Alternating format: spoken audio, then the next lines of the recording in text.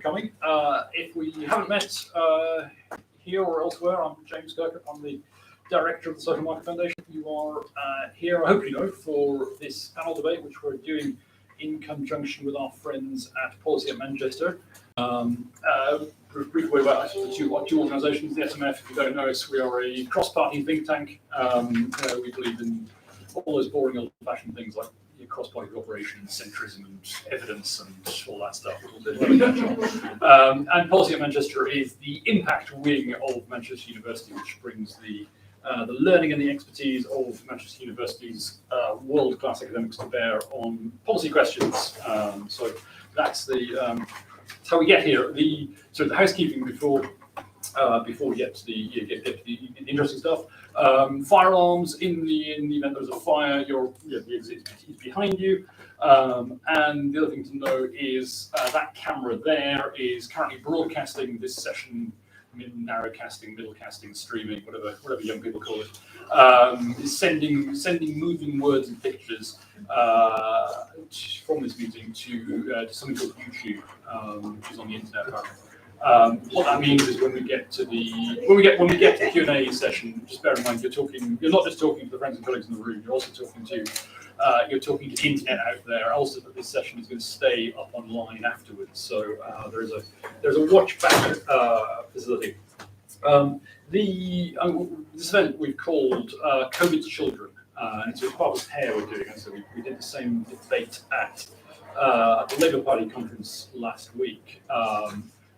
Because I think everyone's panel is very interested, and everybody in this room is very interested and concerned in the impact and the consequences for a generation of children of some of the decisions that were taken round about the pandemic. And we're not here to discuss the rights and wrongs of those decisions. I think that's a different debate for a different day about whether or not lockdowns were the right and wrong thing to do, and all the rest of that. That's for other people. What we're interested in today is essentially where are we now, and what can we do about that approach. So, in order, we're going to hear in a second from Olga Demfich of Manchester University, who has an awful lot of primary research and learning on the experience, the real lives. Thank you very much. Of young people during and after lockdown. We will then hear. I thought I'd try and do that while talking. Let's just pretend I didn't just spill water all over my notes. We'll then hear from Lynn Perry, who's the Chief Executive of Bernardo's. Then my colleague, Dr. Untitled Chapter, who is actually, as of Monday, gets promoted on Monday. As of Monday, he'll become the Research Director of the SMF. And then finally, the magisterial upsum of the policy and political vista from Rob Halfon, who is chair of the Education Subcommittee, and many other things besides. So that's the running order. We'll get some short opening contributions from all of them, and then we'll get into a conversation with. I'll ask them some impertinent questions, and then you can ask them some good, interesting questions. So that's the plan. I'm now going to shut up. You'll be ready to hear, and hand over to Dr. Ola. Okay.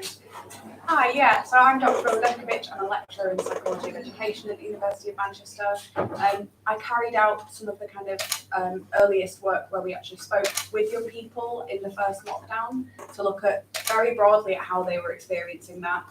Obviously, I don't think I need to explain that there were those kind of majority school closures. I don't want to say full school closures because there were young people and children in schools. But we did that kind of very early work, speaking to young people about what those experiences were like. I've also been involved in kind of more recent work pulling together across the evidence base what we've got from that kind of wider qualitative evidence base across Europe, looking into how young people have experienced this, and also statistical work looking at the kind of trajectories that we're seeing. And I think in terms of thinking about what the evidence tells us is that was, as it was for many of us, a really disruptive experience. It was a really unusual experience. It created lots of heightened emotionality, lots of really intense kind of having to figure out something that was a huge system change in your daily life. And I think it's really important that we're careful not to suggest that everybody has had, negative mental health impacts that are long term, because, it was a normal reaction to be quite, to have emotional disruption, to have quite intense feelings. I'm sure we all experienced our own versions of that. That was a healthy response to a really, really odd change. There certainly have been kind of longer term ramifications in terms of mental health for some children and young people, but I think broadly speaking, we're sort of seeing that perhaps that's not the case sort of en masse. But certainly one of the things that we've seen in that evidence is exactly that unequal impact, both in terms of learning and in terms of mental health, that lockdown was not the same thing across everybody. When we think then about things like what education is doing moving forward, that unequal impact applies also to kind of learning, right? You know, there were children and people who were able to engage in the remote learning that was put in place. There were some young people who were engaging in it, you know, in varying ways. I think many young people fall in that category. And there were some children and people who really struggled for whatever reason to engage in that, whether that's about kind of digital access or parental support or just the ability to sit and regulate yourself for that long is really, really hard for some young people, for many young people and children. And it's thinking about what are the kind of long-term of those things. So when we think about schools reopening, that focus on academic catching up, you know, on you know, and actually now a return to the exams, a return to, you know, almost kind of business as usual in terms of what they should be learning in the curriculum. And lots of schools are telling us that they're finding some aspects of that quite difficult because you're trying to layer learning onto something that isn't there for some children and people. So, you know, the expectation is normally this thing might have been covered. Some children and people haven't covered those things. And that can make things quite complicated. It's creating kind of, or it's you know, the intense pressure that teachers already face in schools is kind of, you know, that aspect of it is another kind of component to that now. And so that kind of accountability that schools experience makes that complicated to try and think about actually how might they kind of work more flexibly in those contexts. And the worry there is that could widen some inequalities, educationally speaking, but also in terms of mental health, some of that might kind of people. And that also taps into wider kind of components in schools that are not new of some of that accountability that you know could perhaps work a little bit differently in some regards. In terms of things like how Ofsted works. Had some interesting conversations on that yesterday at another kind of event here that was really interesting on thinking about how that accountability could be in place, but in a way that might look a bit different in some respects that allows that flexibility. And certainly some schools are kind of more equipped for that than others, depending on what their setup is. But there's also the wider element of the kind of mental health and wellbeing provision that we're seeing schools telling us that they do have kind of increased need post-COVID. Again, that might not be for all children and people, but certainly for some, there are pockets where some of that need is kind of intensified in different ways. And certainly schools are really, really varied in how much resource they have to be able to kind of support that practice, that area of their practice. You know, regionally, what's in place for them in terms of support might be really, really different. And we've got lots of schools kind of, you know, are really putting a lot of work into that mental health provision, but it's really, really hard, and it's another thing on top of all the other things that are happening. And that's a kind of a wider issue that predates this, that we're seeing that increasing drive towards mental health, but it's still kind of being figured out how that can be done and how that can be supported best. So I think is now a time for policy asks, James, or do you want me to wait on policy asks? Oh no, let's do them. Get them out of the way. So I think policy asks in terms of thinking about that would be that kind of thinking about how that accountability process can be made flexible for schools, how Ofsted processes can be made something that might be supportive. Not that it's not intended to be supportive in some regards, but just sort of really embedding that element of things and emphasising that more strongly as part of that experience. And thinking about the kind of accountability that's placed on schools in terms of curriculum, in terms of exams and the expectations around that, to think about actually how might there be a sort of, you know, somewhere between business as usual and kind of recognising what's happened in lockdown. And then also having that look across actually, well, what is available to schools who are looking to improve their or develop their work in terms of mental health and wellbeing. What kind of resourcing is there? What kind of networks are there? What kinds of training is available to them? And thinking about how we can sort of share best practice across the country and be thinking about actually how can that be kind of supported and developing further over time. And yeah, just that kind of ongoing discussion and awareness that there are pockets of that long-term impact, and you know, we do need to think about, you know, we all like to think it's over, but I think it's being aware of thinking about for many children and people, the effects of this might be quite short-term, but for some it might not be, and we need to keep having those conversations around that. Which is why we're here today. Yes, exactly. Thank you very much for that. Our next speaker is Lynn Perry from Bernardo's. And presumably that all tallies fairly closely with the experience of Bernardo's in providing services to children and young people. Yeah, I think it does, and particularly the variability of impact really, really resonates. I think from a perspective of, a charity like ours, we're a four-nation charity. We work right across the UK, and we are very much targeted in terms of our focus, in terms of the most disadvantaged, most vulnerable children in society. But we saw that sort of diversity of experience play through as a result. I think, talking about young people's mental health in particular, it's important to remember that actually, there were some mental health challenges and pressures in the system even prior to COVID. And so in many respects, actually, the COVID pandemic compounded some of those pressures. We have a situation now where NHS England figures indicate that 1 in 6 children has a diagnosable mental health condition. And we know that there are many other children and young people for whom anxiety and a sense of poor wellbeing continues, and some of that is definitely linked to sort of a continuum of traumatic events for children, but in particular the COVID pandemic in the context of our conversation here today. But I think the Russian invasion of Ukraine is something that children have talked to us about being a triggering, very difficult experience for them to process and make sense of. And of course, we are facing into a cost of living crisis, which for some of the children and young people we work with is a particular concern. And so, there has been that variability, I think. But a few things to just pull out. Whilst the vast majority of children have returned to school, there are still some who are struggling to make that transition back to school. And I think particularly for some of the parents and carers that we work with, that sense that perhaps they've not been able to help their children during those periods of extended school absences has also been a source of some pressure.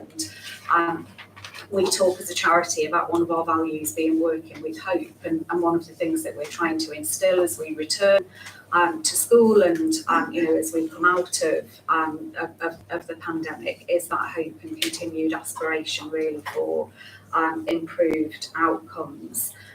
For some children, for a small group of children, actually being out of school was a period in which they thrived.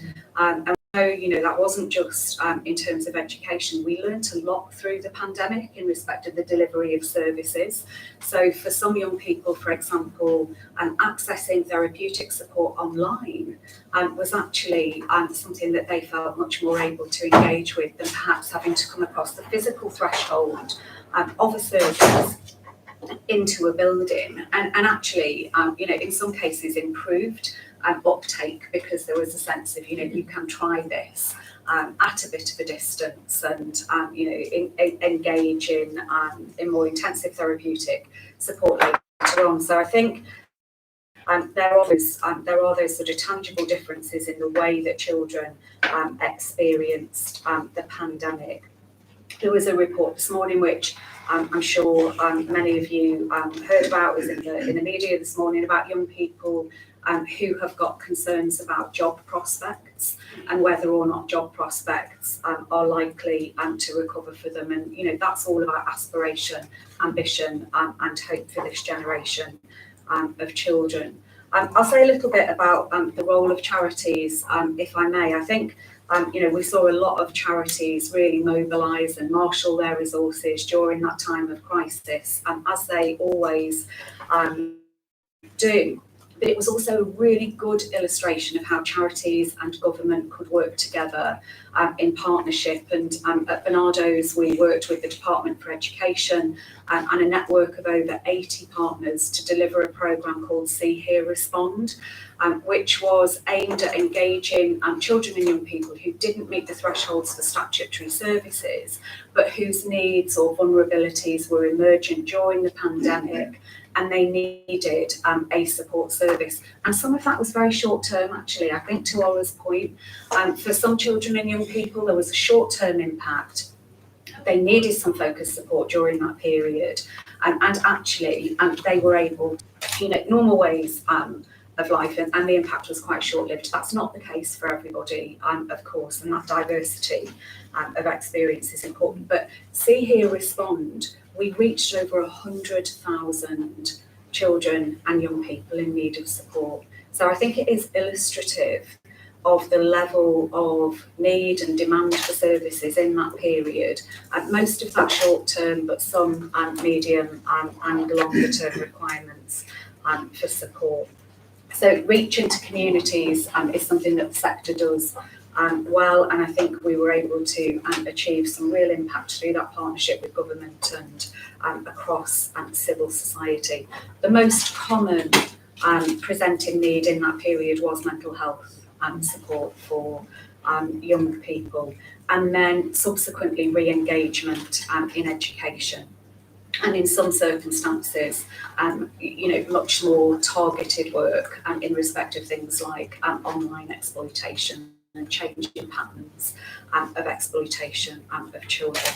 So there was a lot of learning from that period, some of which I think it's quite important for us to reflect on and think about how we can take that forward now that we are beyond the pandemic. So digital solutions, for example, hybrid ways of working, offering children, young people and families choice about how they engage in services. And I think it's incumbent on us all to think about what learning from COVID was there that we can take forward in terms of ways of working. So very quickly, James, because I'm mindful of time. So policy wishes. I think we always have to start with a recognition, that resources are challenging, and there are always going to be difficult choices to be made about where we invest resources. But we have been invited to consider that here, so it would be remiss of me not to.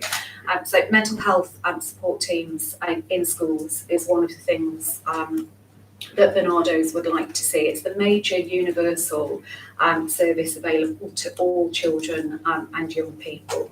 And we know that teachers themselves are not necessarily in a position to provide that level of support, but through targeted investment in mental health support teams, we think that could make a tangible difference. And there's some good evidence emerging from the pilot areas, which we might get an opportunity to explore further later in the discussion. Better access to specialist and community-based support. There is absolutely no question that children's mental health is a major challenge in our society today. It's absolutely critical, I think, that there is a rebalancing of investment to make sure that we can intervene early and prevent longer term implications for children. And finally, universal free school meals in primary schools is something that we are making some representation about at the moment, particularly as we head into the cost of living crisis. And I'll say a little bit more about that possibly later on. Thank you very much. I will turn to my colleague Avik and ask him a pre-planned question, which you could potentially be surprised by, which is really about, Avik and I both went to the Labour Party conference last week as well, and Avik leads on the essence work on education and other issues. It's really just a question about discourse, which is terrible word. I mean, there's a very sort of, this issue has sort of dropped down the agenda, hasn't it? There's a certain desire, with the honourable exception of our final speaker, among politicians particularly, to let this one go and stop talking about it. Is that fair? And so I was going to start with kind of Lynn's observation. As she said, children are feel like they're in this cycle, this rolling cycle of crisis after crisis, and I sat down and kind of saw this panel discussion, the title of the panel topic, and thought, pandemic, that's like 3, 4, 5 crises ago. And so it's natural that the fact that so much seems to have happened since, allied to the fact that this was a difficult experience for almost all of us, makes it quite natural to want to move on. So even this whole discussion of catch-up feels very 2020. Kevin Collins resigned. God, how long ago was that? It feels like an eternity ago from a policy perspective. I think there's a risk in amidst all of that, that education has kind of been neglected more broadly. So you have education, which, as James was saying, at the other place, Keir Starmer's speech I mentioned once, and then kind of only tangentially in an odd way. I don't think we've had much. I have not been following as much from the main hall, but I don't think we've had very much from the Conservatives as yet. So you've got the pandemic, which people kind of want to forget about, education, which seems to have kind of dropped to the bottom of the list of things that people are talking about. And so that is why we find ourselves here talking about it for the first time in my final event of the conference season. I want to kind of go back to that catch-up debate because it's quite an interesting one because it got quite heated at certain times. There was a bit of kind of resistance, even to the very concept. There were people saying that, oh, that might be stigmatizing for children, where we're underestimating children's resilience. And kind of my takeaway was, okay, well, the language and terminology might be problematic, but the concept here, if you think that children can miss out on several weeks, months of school and not have any negative effect, what does that mean, you think, the value of school is? What are we doing? Why are we spending all this money? Why are we spending all this time doing it in ordinary times if kids can just bounce back with no ill effects? And I know people who would take that horn of the dilemma and say, yes, absolutely, I like that bullet, and say schools are useless, but I'm certainly not of that view, and I don't think most of us here are. But one of the problems with the catch-up debate was that it got into this, it became very academic very quickly, and it was all about academic catch-up, and absolutely that is important. We need to make up the learning gain, they're learning loss, and that's part of the problem. But the well-being impact, which I think we touched upon as well, is equally kind of stark. So my major research interest, as James said, is education. I have a minor research interest in well-being as well, and it is striking if you look at the well-being data, how stable it is until you hit the pandemic. Insofar as we've been kind of systematically tracking well-being data, nothing has moved the dial in anything like the sort of magnitude as the pandemic has. And so when we think about learning lessons, when we think about building back better, it needs to be certainly on the educational side, certainly in terms of learning the lessons and taking forward what we learned from kind of from online education, things like programs like the National Tutoring Programme, learning from the successes, learning from what worked, learning from the young people for whom actually being out of school was beneficial, and both educationally and in terms of social development and well-being. And so really glad to have this, finally to have this conversation and try and learn some of those lessons. Thank you very much, Eric. Our last speaker, as I say, I think is one of the few honourable exceptions to my slightly unkind blanket criticism of politicians as a whole who let this issue slide, because Rob hasn't done this, and his cross-party educated select committee has kept this in the agenda, has kept researching it, has kept pushing it, and so I'm very pleased to have him here to speak on this subject. So, I mean, I have to ask you, starting with, am I being unfair to your fellow politicians of all sorts when I suggest that they have collectively let this issue fall further down the agenda than it should have done? So I think, sadly, it's very true. I was just thinking over the past few weeks, I'd be a bit political, and I know you said you didn't want to go into the rights and wrongs of COVID lockdown, but I was thinking over the last few weeks, asking myself the question, and it's good to see so many young people here today, but why would a young person vote Conservative? And I genuinely struggle to come up with an answer. I will give you hopefully some answers in my remarks, but you can't get housing, you can't afford housing. You think the values of the Conservative Party are just about the rich, and also you think that the Conservatives devalue education or don't even discuss it very much, apart from grammar schools and Oxbridge, which is the only thing that seems to have come out of the government over the past few weeks. And I'm not against the grammar school, I'm not against selection, although only 3 or 4% of young people on free school meals are in grammar schools. That should change. And I find it thoroughly depressing. I don't know what the obsession is with Oxford and Cambridge. They're wonderful organisations, they're beautiful places. I was very lucky to go to a J.R. Tolkien Society conference at one of the Oxford colleges, because I'm a bit of a Tolkien fanatic. But we are obsessed with it. And even then, the way they start talking, there was a mention in a fee, we want to create Vauxbridge in the north of England. Well, we have brilliant FE colleges. I've been to my further education college over 100 times.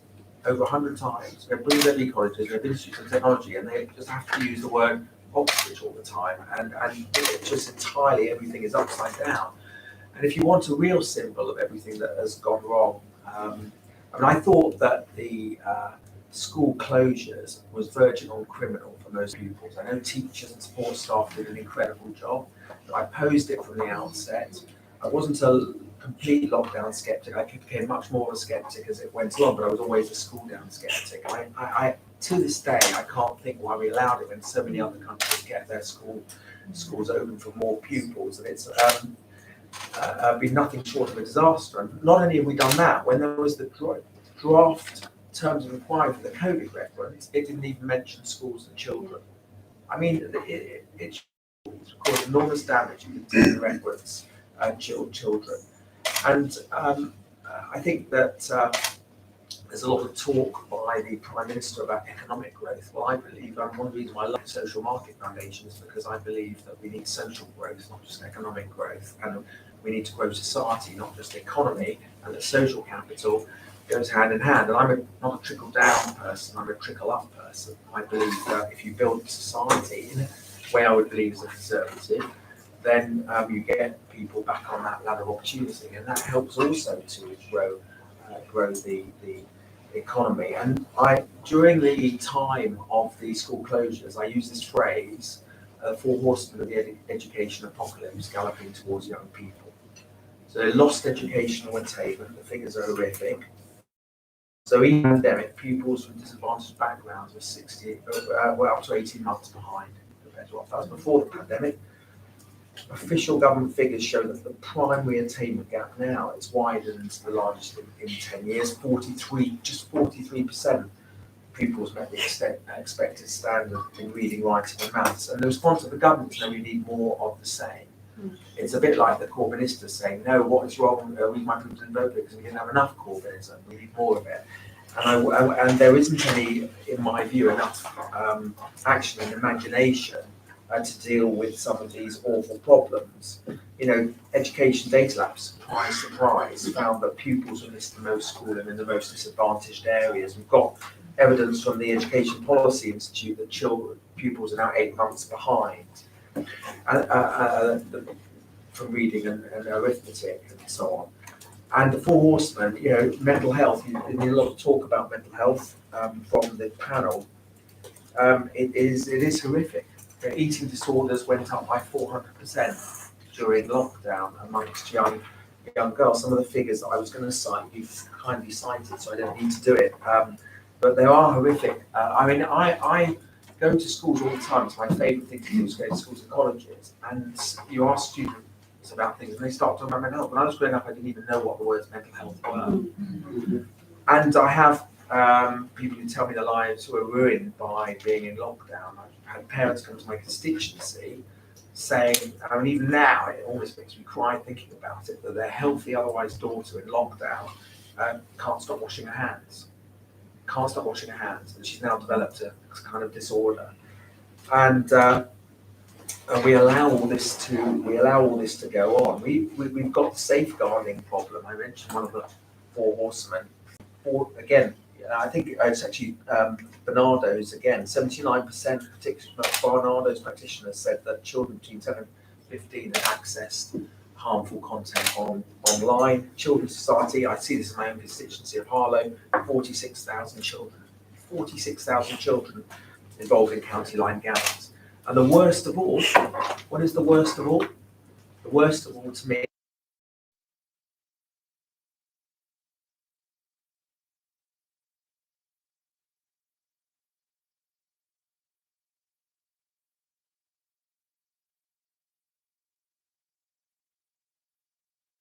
people who have vanished from the school rolls completely.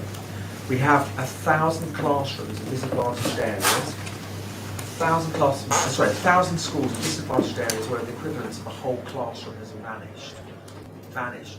You know those horror movies or the series like The Departed where suddenly just people disappear?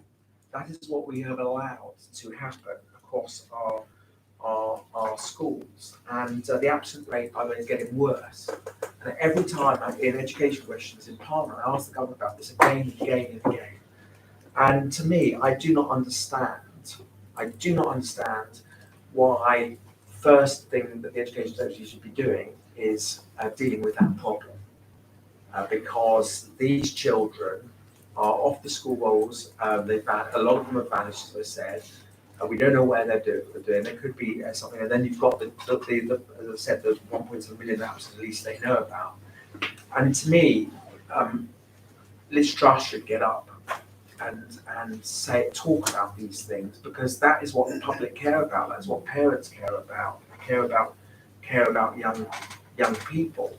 And the answer, I think, to some of this is, we have to use some of the catch-up fund. You're absolutely right about the catch-up fund becoming academic, and part of it is to use some of the catch-up fund money to get these kids back to school. I'd appoint thousands of attendance officers within schools to go to the families. It works. Why do some schools in some areas have 40% absence and other schools in a similar area, it's not necessarily wealthy, as they will have a much smaller amount? Because they do proactive work, they have support from their councils, all the police commissioners, great work going on by a commissioner. I'm in Bedfordshire, getting absent children, but they go to the families and they get them back into school. So we need to deal with that. In terms of the mental health, I believe that there should be a mental health counsellor in every school, professional mental health counsellor, properly resourced. There also, the elephant in the room, of course, is social media, and that goes back to the online harms. Again, makes you weep. I have gone to schools and have a young person who may be 13 or 14 years old, almost in tears, saying something like, "I'm trying to get off TikTok, but I can't. I'm looking at it all the time." And I think some of these social media sites, they're great in many ways, but I think actually they have a really damaging effect, and they're destroying our young people's mental health. I describe TikTok in Parliament as crack for kids. I'm nervous of doing it here because I'll be sued, but it is. And the product with other drugs, at least you have rehab clinics. No one is looking at what the damage that social media is doing to young people. And I think there has to be a social media levy on social media companies. A 2% levy would raise a couple of £100 million that would teach children mental health resilience and to deal with social media. The other thing that we need to do is we need to have obviously look at things like pupil premiums, so it looks at long-term disadvantage. I've talked about catch-up fund, it's not reaching the poorest pupils it's got to, but the thing that I think would make a big difference is a longer school day. Now, when I say this, automatically everyone holds up their hands in horror, because they think I'm saying that kids should be learning algebra till 8 o'clock or 9 o'clock at night. As someone who hated mathematics, it's absolutely not what I know I shouldn't say that, by the way, I'm chair of the education board. But Should we say you love other subjects a little bit more? Yes, that's a better way of saying it. And so, if you had a longer school day, there are great statistics. A longer school day, just an hour, you have mental health, wellbeing, you have sports, you have creative activities, you have music, you have drama. All those things, by the way, are often falling by the wayside for one reason or another. And you know that it helps people with their mental health. Young people who participate in school sports clubs, 20% less likely to suffer from mental health disorder. Education Policy Institute, a long school day increases educational attainment by 2 to 3 months. Part for culture, an extended school day can boost numeracy skills by 29%. And I've met a great academy in my constituency called the Net Academy, and they're not even asking, they say it won't actually cost that much because you could reorganise the timetable, and they've done it. They're doing it, it's having a great effect. And I've begged the government to do a pilot at least, And what they've said, no, all schools have to shut at the uniform time. Well, that's fine, that's some progress. But why not do a pilot in disadvantaged areas to see how it works and to see how it could be supported, because we know a longer school day would not only increase academic attainment, but also increase help with mental health.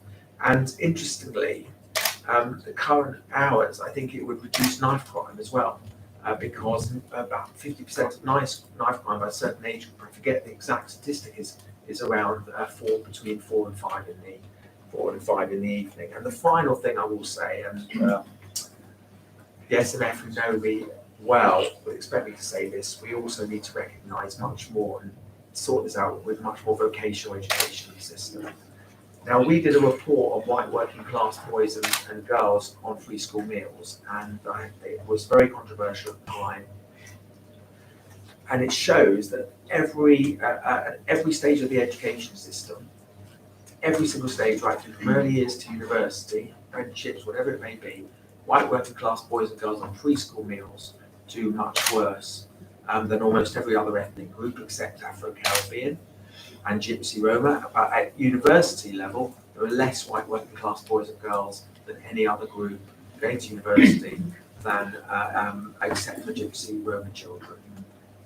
And one of the solutions that we came up with was actually why not reflect the culture of white working class communities, which is a love of vocational education. And I believe that every school, every secondary school should have a UTC stream in it, University Technical School stream. I believe that we've got to reform the curriculum and introduce a baccalaureate post-16. I'd like universities, there's 50% of students going to universities that do degree apprenticeships. I'd like to offer every young person a guarantee, an apprentice guarantee, that provided they've got the right qualifications, the government will fund an apprenticeship. Now that, I started pessimistically saying, why on earth would young people vote for us? Just imagine if we had that offering, an apprenticeship guarantee to every young person, that they would know they wouldn't need to take on student debt, they would earn while they learn, they would get a good job, they would get a good skill that the country needs and that they need. And very finally, going back to the education issue, I'm just going to give you one horrific. People often ask me about education funding, and the statistic that depresses me the most about all this is that between 2010 and 2025, the National Health Service spending would have increased by 46%. Right? Huge. Does anyone know how much the education budget would have increased during that time, from 2010 to 2025? Anyone know? Anyone have a guess? 0. No, it's not as bad as that. It's 3%. So look, I'm not one of these toys who just say the government got to fund everything. But how does it reflect on us all that we've allowed all these awful problems to go on and we're not fixing them, that we've all highlighted on this panel? And we also have such an imbalance that we spend 47. I don't want any headlines saying we're urging cuts to the NHS budget, by the way, but I'm not. But it just is, to me, genuinely incredible that, and it's a symbol of how little as we care enough about social capital. And I do not believe that we will ever have economic capital unless we invest in social capital as well. Thank you. Thank you. I know I've got a lot of those questions. I'm going to ask one question. I'm going to ask it for Rob, because frankly, I am a recovering journalist. I can't resist the opportunity to try and make small moments. So the question I'm going to ask, in the context of what you just said about the well-being and you seem to have driven the young people away already. Thank you for coming in. Thank you for coming. For spending time doing this sort of thing. In the context of what you just said about the well-being of children and the inequalities around well-being and education of children that we're talking about today, what would be the consequences of a real terms cut in the welfare budget in the next 12 months, do you think? Well, I believe in supporting the most vulnerable in society. And I have constituents, don't forget, by the way, people have this stereotype of everyone being on welfare, being on the couch. It's completely wrong. There are some people. And I absolutely believe in mandates to get people to work and all this kind of thing. So I'm not some kind of mushy part of the so-called blob. But I also know that 2.3 million people on universal credit are working. I also know that single parents in my constituency will be struggling to bring up their child and will be working a few days a week for a few hours and depend on every single penny. And will have little pieces of paper when they go into Lidl's or Aldi, knowing exactly how much everything costs. And I also know that food prices have gone up. I'm glad the government made a significant intervention in the energy bills. I would have targeted it in a slightly different way, but it's a huge 100 billion intervention nevertheless.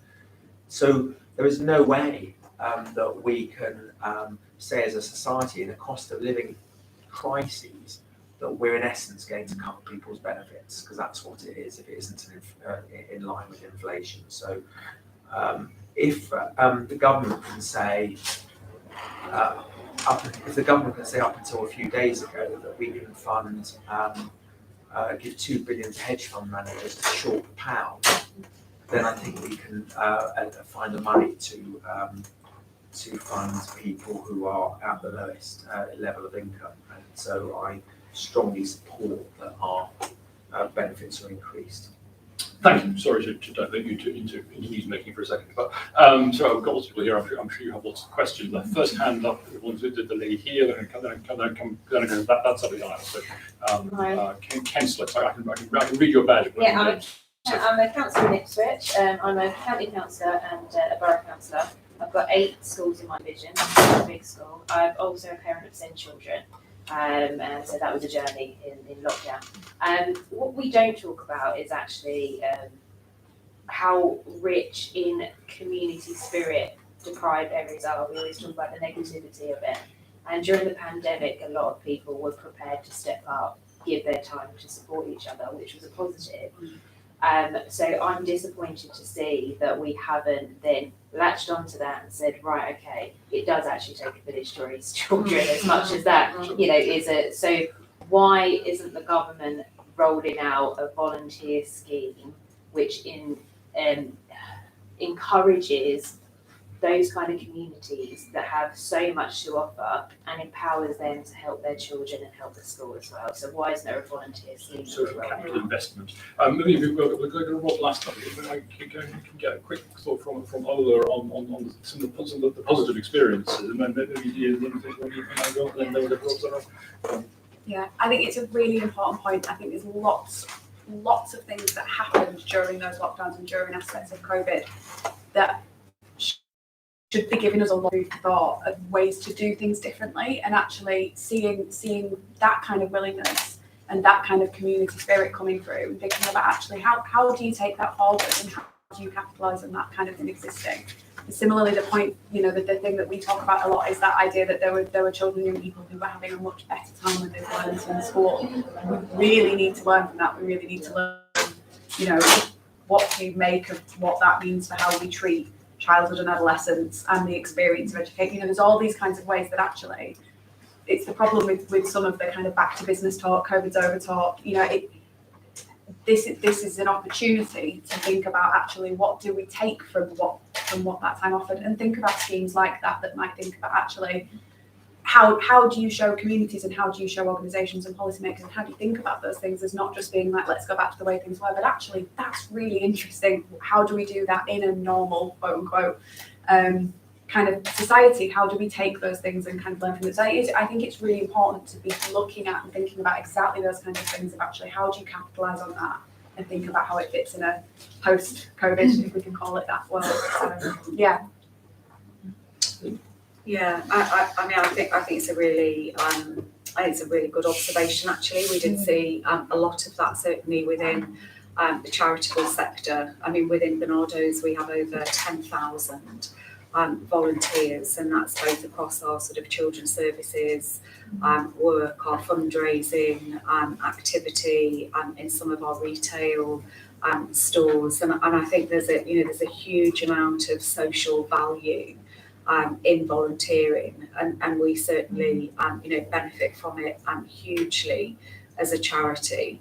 I think there were some other changes actually that were quite interesting. I would take my own son to school when schools were open, and it was interesting to see a bit of a change in parents taking their children to school. I saw lots more dads walking their children to school, and actually, lots more dads at the school gates gathering together. And I think there were a whole host of dynamics that started to shift around the pandemic period that opened up the potential for doing things differently, and talks very much to my earlier point really about how do we take the best of the learning from that period and think about how we then marble that through in terms of future decision making and resourcing and strategy and plans.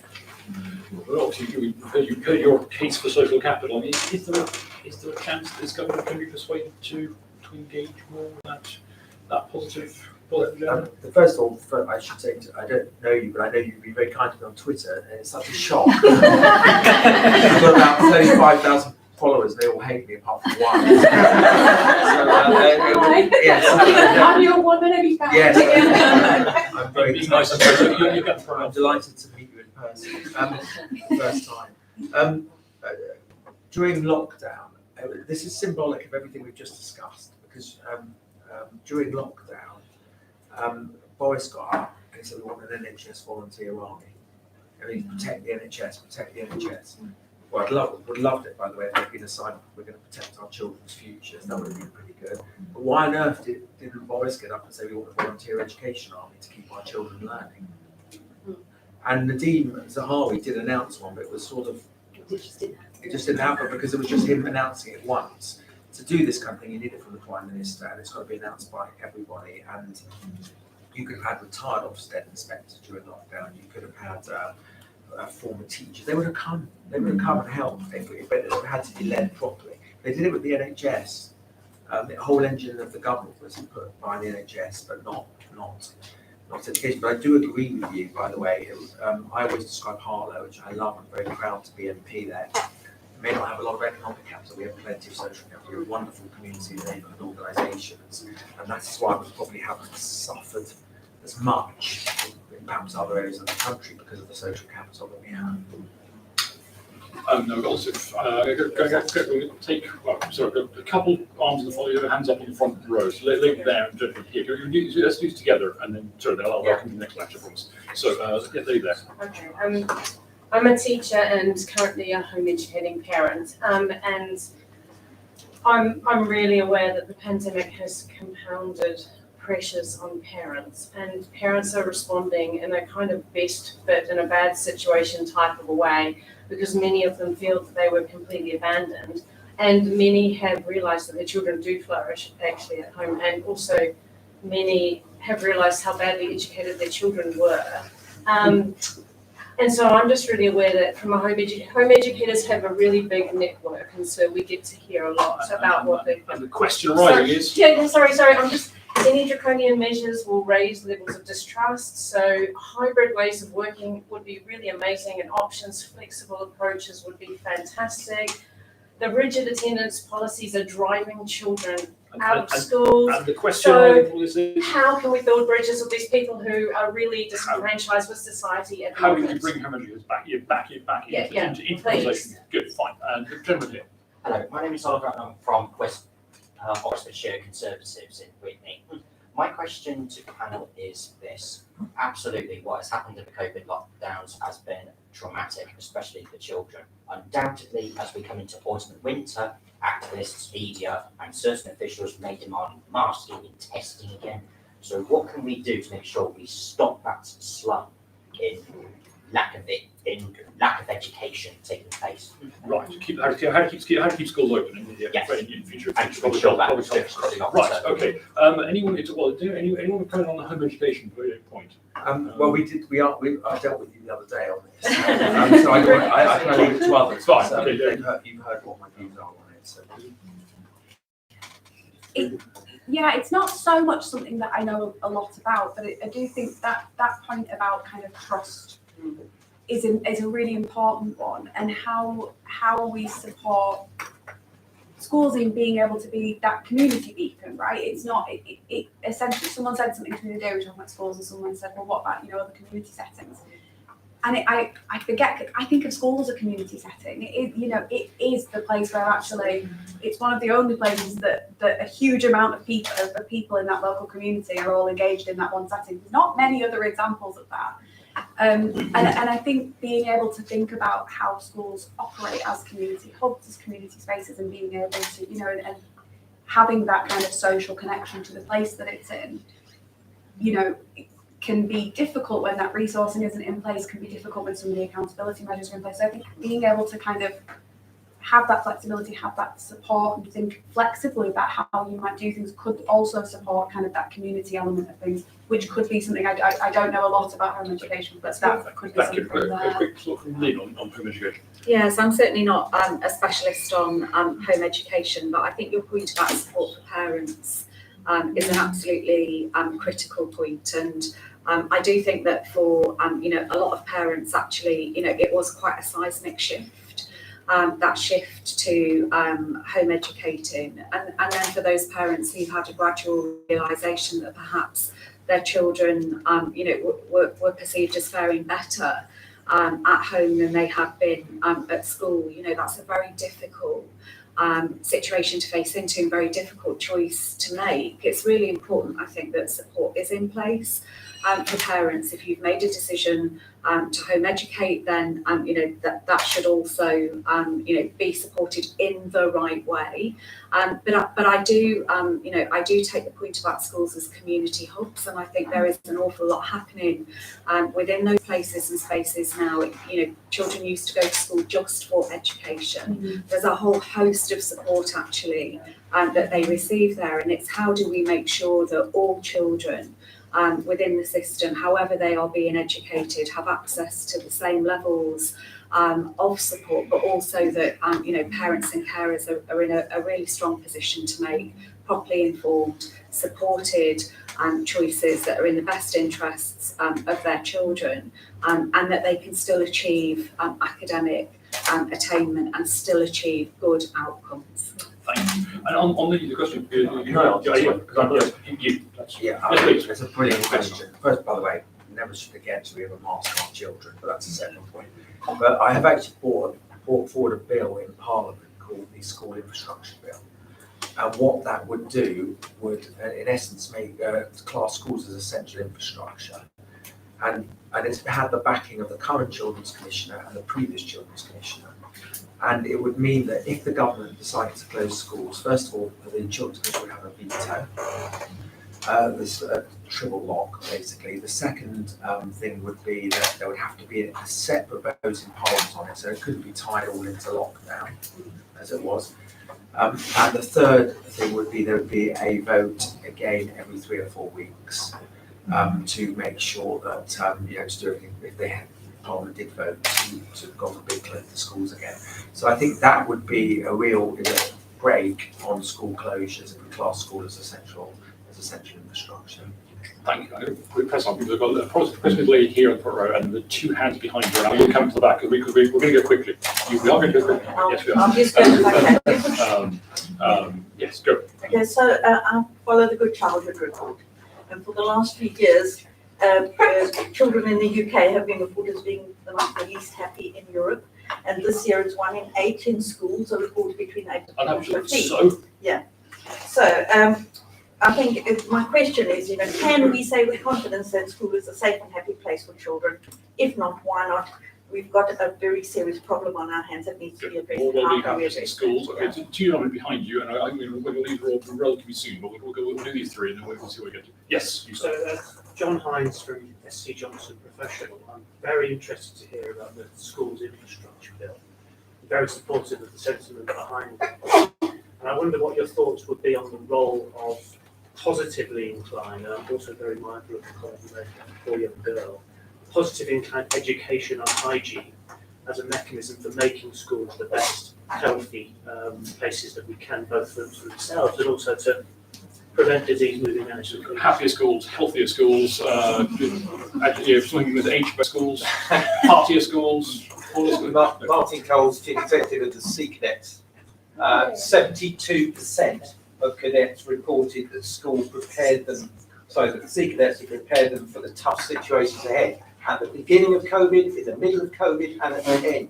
So going on the social capital points, two suggestions I put as a question to you. Number one, why not have a pupil passport that measures social capital alongside academic capital? And number two, why not have a statutory volunteer leave of 1 week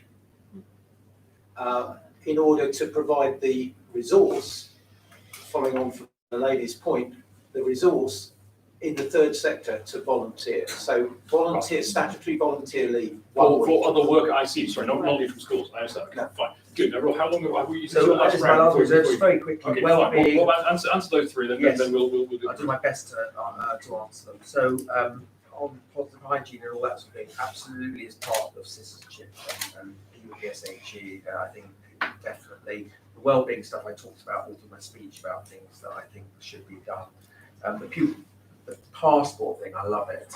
But what Lord Young had this idea of a careers passport, which was originally why the Careers Enterprise Company was set up, but nothing's ever happened about that. And you could merge it within the two. But it's a brilliant idea. And Danny Kruger, who is an incredible MP on social capital, he's the best there is on this subject. He is doing stuff on your voluntary statutory things. So have a look, speak to him and have a look.